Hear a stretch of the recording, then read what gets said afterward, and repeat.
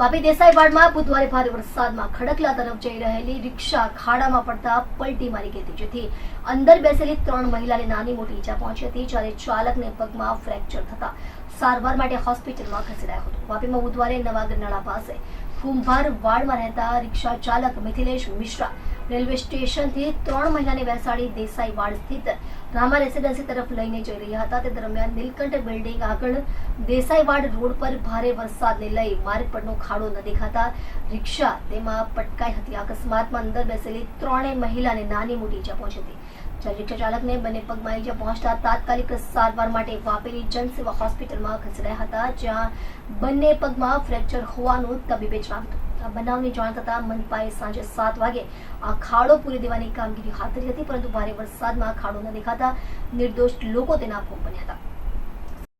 આ તમે જોઈ શકો વાપી મહાનગરપાલિકા દ્વારા રોડ બનાવવામાં આવેલો।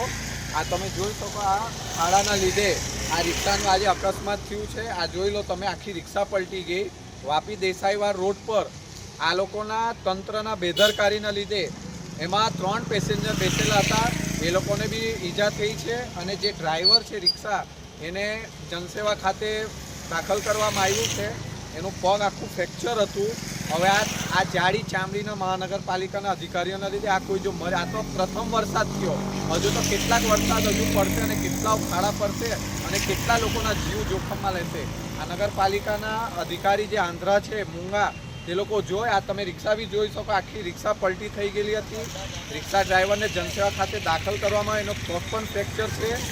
આ પ્રજાનું મોતનું કારણ આ જાડી ચામડીના પ્રજા આ અધિકારીઓના લીધે ભોગવી રહી છે પ્રજા। આના માટે કંઈક કરવું જોઈએ અને આ તાત્કાલિક ધોરણે આના ઉપર જે તે કોન્ટ્રાક્ટર કાં તો કોઈ રિક્ષાવાળા બિચારાને ન થાય એવા કોન્ટ્રાક્ટર પર કેસ કરવો જોઈએ।